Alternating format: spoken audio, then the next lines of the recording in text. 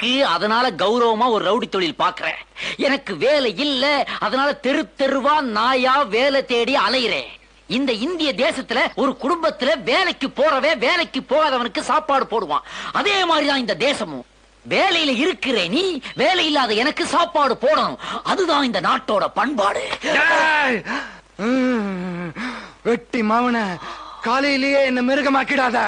டேய் ரவுடி மவனே, உனக்குள்ள முழிச்சுக்கிட்டு இருக்க அதே மிருகம்தான் எனக்குள்ள தூங்கிக்கிட்டு இருக்கு. அத அனாவசியமா தட்டி எழுப்பிடாத. ஜாக்கிரதை.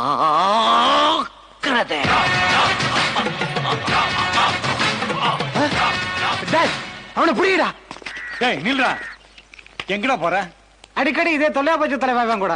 வர்றான், போண்டா திக்கிறான், காசு கேட்டா மிருகம் தூங்குதுங்கிறான். வட துன்றான், காசு காட்டா மிருகம் தூக்குதுங்கிறான். இன்னைக்கு உங்ககிட்ட வசமா மாட்டிக்கிட்டான், விடக்கூடாது இவனை. என்ன மிருகம் மிருகம் ஜூ விடுற?